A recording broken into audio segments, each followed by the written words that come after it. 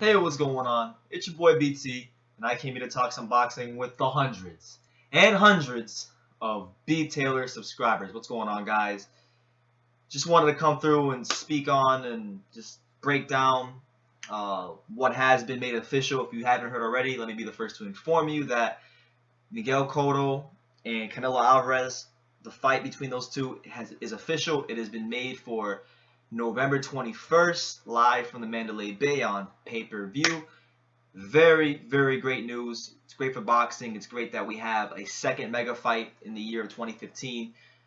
We had Mayweather Pacquiao earlier this year. That was a huge fight. A lot of people, weren't happy with the action or lack of action in that fight. But the fact of the matter is that fight happened.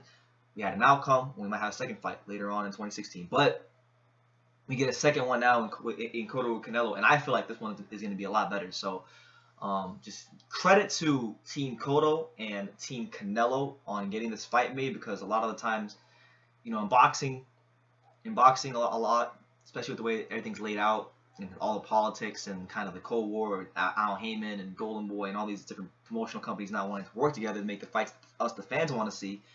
With all that happening, for them to get this fight done and made, you have to give credit, Cotto and Canelo credit, because a lot of guys these days who are considered top fighters, pound-for-pound fighters, are ducking the other guys in their divisions who are considered top-tier opposition. So the fact that these guys are fighting each other and it's finally happening, you gotta give both guys respect. So I'm really happy, really excited, really just intrigued by the matchup. Let's get into the matchup, and let's get into where both fighters are currently at. Now we'll start off with the WBC middleweight champion Miguel Cotto.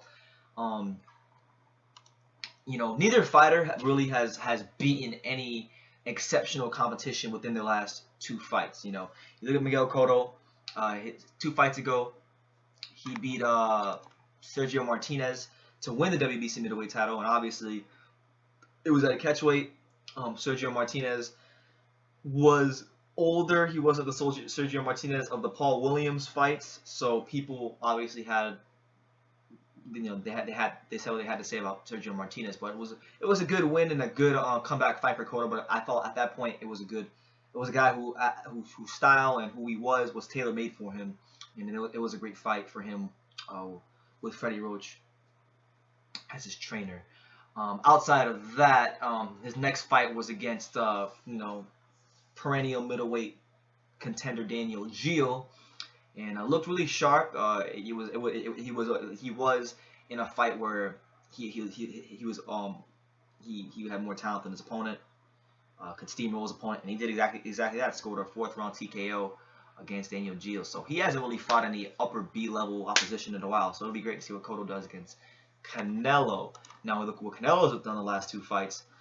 2 fights ago he fought Landy Lara. Lara outboxed him. A lot of people felt that Lara outboxed Canelo, and that he got robbed by the judges, and Canelo was awarded a gift split decision. So some questions in that fight, and then you fast forward to this year. He fought James Kirkland, knocked him out in the 3rd round in Houston at Minute Maid Park, and people believe that James Kirkland was over the hill, and Anna Wolf is in his corner, so he's not the same fighter he once was. So Canelo was supposed to win that fight too.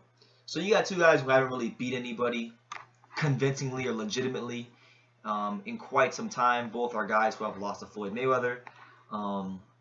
And it's a great fight because, in the lineage of, just draw boxing history, Mexico versus Puerto Rico is a huge rivalry. I would even venture to say that Mexico versus Puerto Rico in many ways is the Yankees, Red Sox, or the North Carolina Duke, or the Bears, Packers of boxing. A lot of great top-tier fighters come out of both countries. Some of the biggest names and best fighters to ever, some of the best fighters to ever put on boxing gloves come from Mexico and Puerto Rico. So when you put 2 of them in the ring, the 2 countries, 2 Hispanic countries with a lot of pride, you get great matchups. We've had great matchups in the past. We've had Oscar De La Hoya versus Felix Trinidad. We've had Miguel Cotto himself versus Antonio Margarito. We've had Salvador Sanchez versus Rafael Gomez, Hector Camacho versus Julio Cesar Chavez Sr.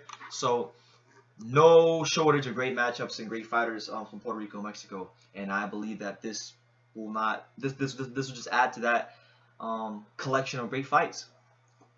Now, stylistically speaking, um, even if these guys were not big names, or it wasn't a Mexico versus Puerto Rico thing, this would be an interesting fight either way, because I think stylistically it's just an interesting fight. On one side, you have a guy like Miguel Cotto, who in his younger days when he was fighting at welterweight was known as the hardest puncher, or one of the top 2 or 3 hardest punchers in his division. Now he's middleweight.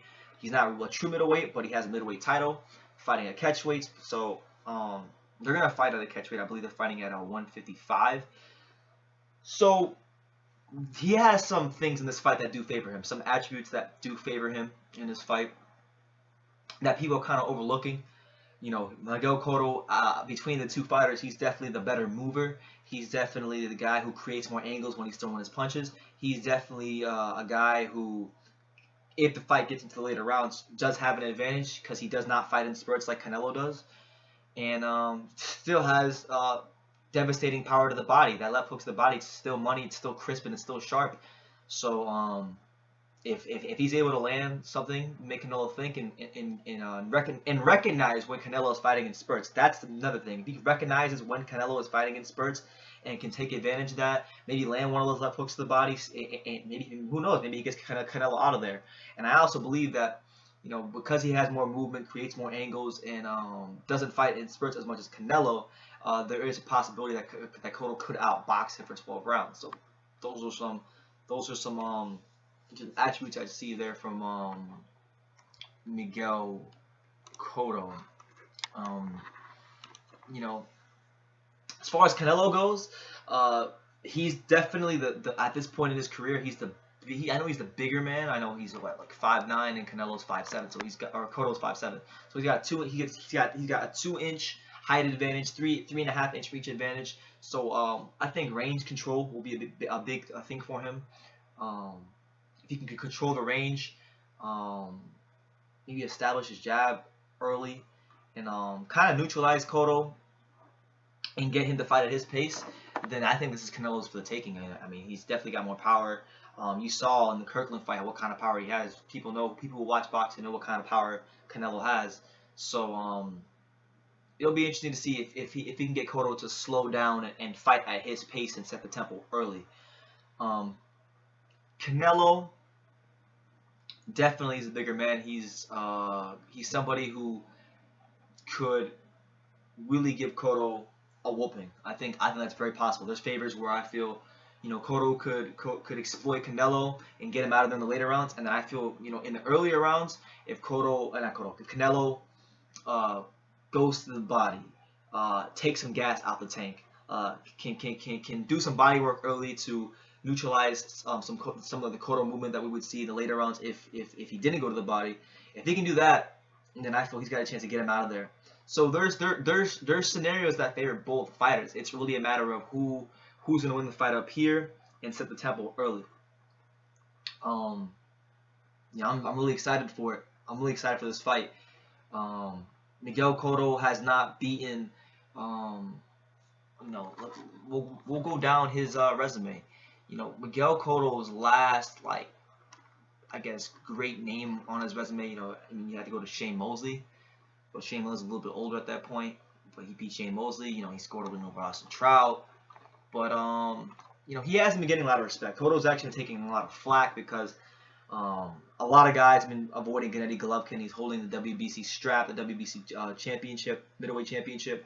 And he hasn't really defended that title like he should be. He fought Daniel Gia, but Daniel Gia was really nobody special.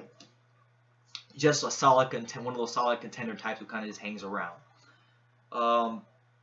So this is his chance. You know, he hasn't had a chance to make a big statement in a very long time.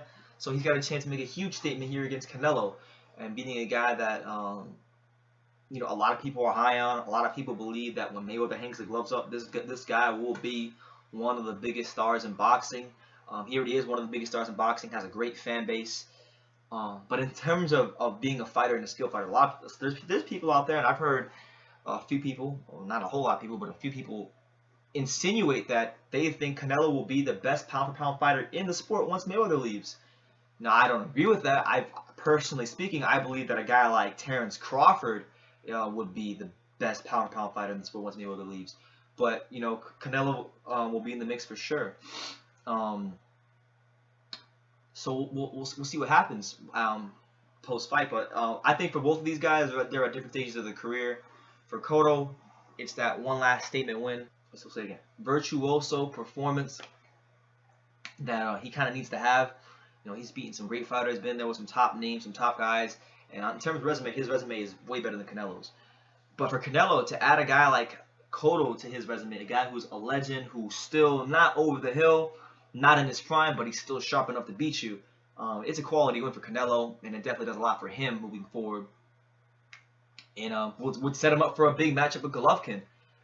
If De La Hoya makes that fight, because I know in the past De La Hoya said he doesn't want to make that fight, and he wants to wait like 2 years to make that fight with Golovkin happen. So it sets up some big opportunities for Canelo should he win the fight, adds to his resume. For Cotto, it's another statement win on his career. So you know, I'm excited. I have no problem shelling out the whatever it is. It's all, you know, it's not gonna be $100.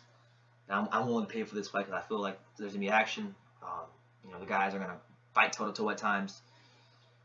So I'm just happy that the fight is made. Happy that you know, we get to see Cotto, you know, try to silence a lot of his critics.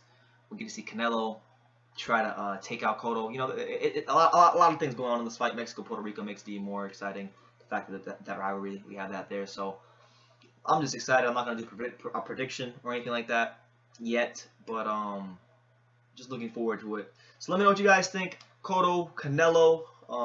You know, who do you got winning?